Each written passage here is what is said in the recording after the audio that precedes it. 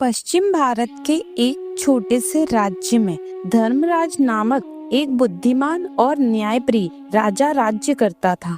उसकी प्रजा के मन में उसके लिए बहुत श्रद्धा और आदर था। राजा धर्मराज बहुत लंबा, ऊंचा और रूपवान था। उसके सिर के बाल काले और घने थे, जिन्हें उसका खास कोई भोलू ही काटता था। भोलू यह काम कई वर्षों से कर रहा था और अपने शाही हज्जाम होने का उसे बहुत गर्व था। पर भोलू को एक बात का बहुत ध्यान रखना पड़ता था। जब भी वह राजा के बाल काटने जाता, उसे याद रखना पड़ता कि वह राजा के साथ बिल्कुल अकेला हो। उस समय किसी का भी शाही कमरे में आना सख्त मना था। बात दरअसल यह थी कि भोलू राजा के बारे में एक राज जानता था। राजा के सिर के दोनों तरफ दो छोटे छोटे सींग उग रहे हैं। यह बात सिर्फ राजा और उसका नाई जानते थे।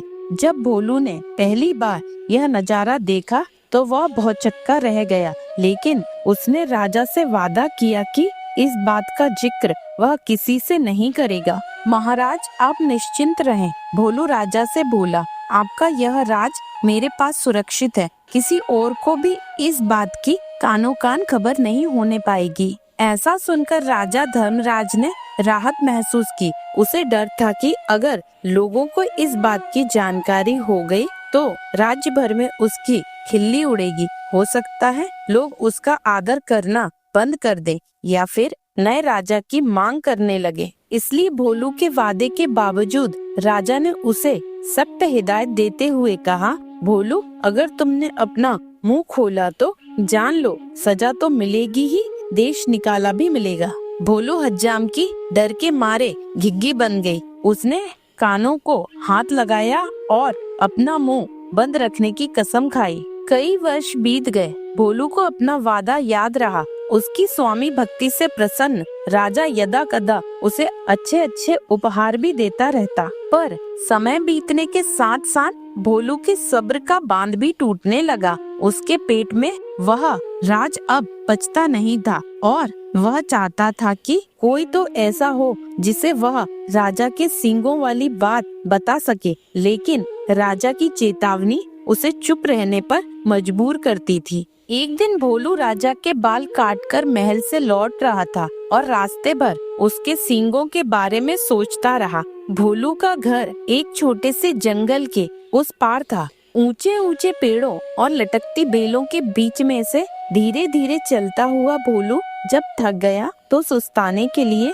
एक घने पेड़ के नीचे बैठ गया। भोलू को रह रहकर सींग याद आ रहे थे। फिर यकायक वह उठकर खड़ा हो गया। वह जवाब नहीं मेरे दिमाग का, भोलू बोला और उस पेड़ को देखने लगा जिसके तले वह बैठा था। भाई, इस पेड़ को तो बता ही सकता हूँ ना, राजा के उन अजीब सींगों के बारे में। अब यह रहस्य मेरे पेट में नहीं पचता। पेड़ तो बोल सकते नहीं और इस तरह किसी और को यह बात पता चलने का डर भी नहीं है। पेड़ के पास यह भेद हमेशा भेद रहेगा और मैं भी इस बोझ से मुक्त हो जाऊंगा।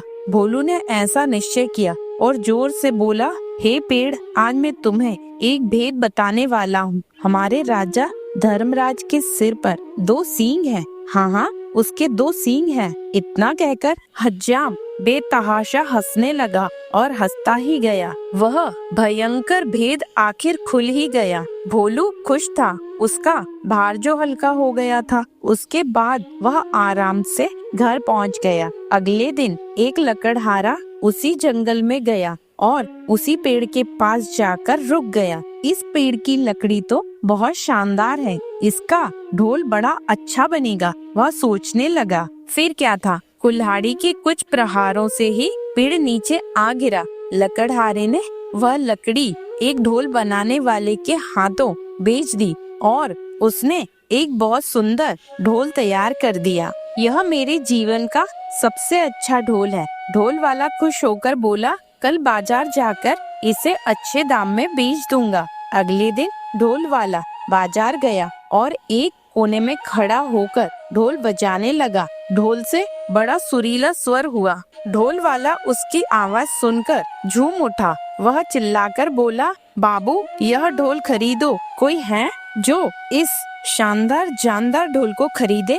धीरे धीरे उसके इर्द गिर्द भीड़ जमा हो गई। लोग खामोश होकर ढोल की मजेदार आवाज सुनने लगे। भाई वाह, क्या कहने हैं इस ढोल के। एक बूढ़े आदमी ने तारीफ की। तारीफ सुनकर ढोल वाला और भी जोर जोर से ढोल पीटने लगा। तभी उस ढोल में से एक अजीब आवाज आई। लोगों के कान खड़े हो गए, उनका दिल धक से रह गया। ढम ढम ढम ढम ढोल बजा। आज मैं तुम्हें एक भेद बताने वाला हूँ। हमारे राजा धर्मराज के सिर पर 2 सींग हैं। हाँ हाँ, उसके 2 सींग हैं। लोग वहाँ जड़वत खड़े हो गए। उन्हें अपने कानों पर विश्वास नहीं हो रहा था। ढोल वाला फिर ढोल पीटने लगा और फिर वही आवाज निकली। वह बहुत हैरान और शर्मिंदा हुआ। आखिर एक ढोल यह सब कैसे बोलने लगा। देखते ही देखते लोगों का तांता सा लग गया। और फिर कितना मजाक और कितने ताने। उफ, हमारे राजा के 2 सींग,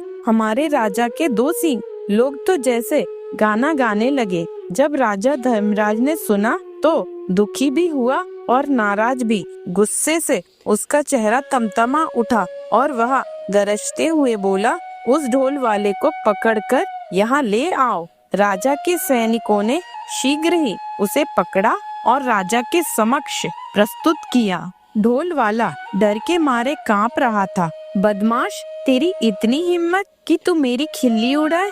राजा फुफकारा। भयभीत ढोल वाले ने राजा के पैर पकड़ लिए। महाराज, वह गिड़गिड़ाया, मैंने तो एक लकड़हारे से कुछ लकड़ियां खरीदी थी और उसी से यह ढोल बनाया है। मैं बिल्कुल नहीं जानता कि यह ढोल ऐसी बेहुदा बात कैसे बोल रहा है। मुझे क्षमा कर दीजिए महाराज। राजा ने लकड़हारे को बुलाया।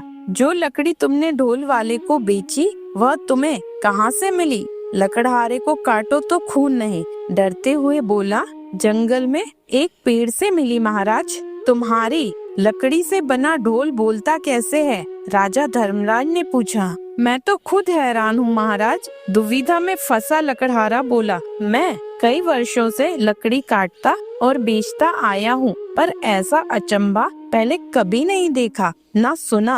अब राजा परेशान, लकड़ी कैसे बोलने लगी। राजा और उसके दरबारी निरुत्तर थे, पर राजा धर्मराज ने भी ठान लिया कि इस घर के भेदी का पता लगा कर ही छोड़ेगा। वह सोचने लगा, उसके अलावा सिर्फ एक ही व्यक्ति यह भेद जानता था और वह था भोलू नाई। पर भोलू तो इतना निष्ठावान है कि इतने सालों बाद भी उसने अपने मुंह को ताला लगाए रखा है। नहीं नहीं, भोलू ऐसा नहीं कर सकता। फिर भी उसने एक बार भोलू को बुला भेजा। भोलू को जल्दी से हमारे सामने पेश करो, वह अपने सैनिकों से बोला। भोलू नाई आया, ऊपर से नीचे तक थरथराता हुआ। भोलू, एक तुम ही हो जिससे मेरा भेद पता था। तुमने और किसे बताया? सच उगल दो वरना सजा पाओगे। महाराज, डर से भोलू हकलाने लगा। आप तो जानते ही हैं, मैंने कितने वर्षों से अपना मुंह बंद रखा, पर मेरे लिए यह बात छुपानी मुश्किल हो रही थी। मैं चाहता था कि कोई तो हो जिसे मैं यह राज बता सकूं। बोलते बोलते भोलू रुक गया और सिर झुकाकर खड़ा रहा। बोलते रहो, फिर क्या हुआ? राजा धर्मराज रुखाई से बोला। भोलू धीरे धीरे फिर बोलने लगा। एक दिन जब मैं जंगल के रास्ते से घर लौट रहा था, मैं आराम करने एक पेड़ के नीचे बैठ गया। बस आपके बाल तब काट कर ही आ रहा था और उन सींगों के बारे में ही सोच रहा था। काश मैं उनके बारे में किसी से बात कर पाता। आखिर मैं भी इंसान हूँ। तभी मेरे दिमाग में एक बात आई और मैं एक पेड़ को यह राज बताकर हल्का हो गया। सोचा कि पेड़ को बताने से क्या नुकसान, क्या मालूम था कि इसकी लकड़ी ही बोल पड़ेगी। अब समझा, बुद्धिमान राजा ने पहेली बूझ ली। वह पेड़ जादुई था, सुन बोल सकता था, इसलिए उसकी लकड़ी से बने ढोल को जैसे ही पीटा गया वह बोलने लगा। और जो कुछ तुमने मेरे सींगों के बारे में कहा वही शब्द वह दोहराने लगा। जादुई ढोल की उलझन सुलझाने के बाद राजा ने भोलू नाई की तरफ देखा। भोलू शर्म से सिर झुकाए खड़ा था। लकड़हारा और ढोल वाला भी हाथ बांधे सजा का आदेश सुनने के लिए खड़े थे। राजा धर्मराज बुद्धिमान ही नहीं, न्यायप्रिय भी था। उसने तीनों को क्षमा कर दिया, क्योंकि वह जानता था कि ढोल के जादुई होने में उनका कोई दोष नहीं था। वह मुड़ा और उसने बोला, मैं तुम सबको माफ करता हूँ, तुम तीनों लोग जा सकते हो। तीनों को अपने क्षमादान मिलने पर विश्वास नहीं हुआ। राजा को नमन करते हुए वे बोले, राजन, आप महान हैं, आपकी इस कृपा के लिए शत शत धन्यवाद।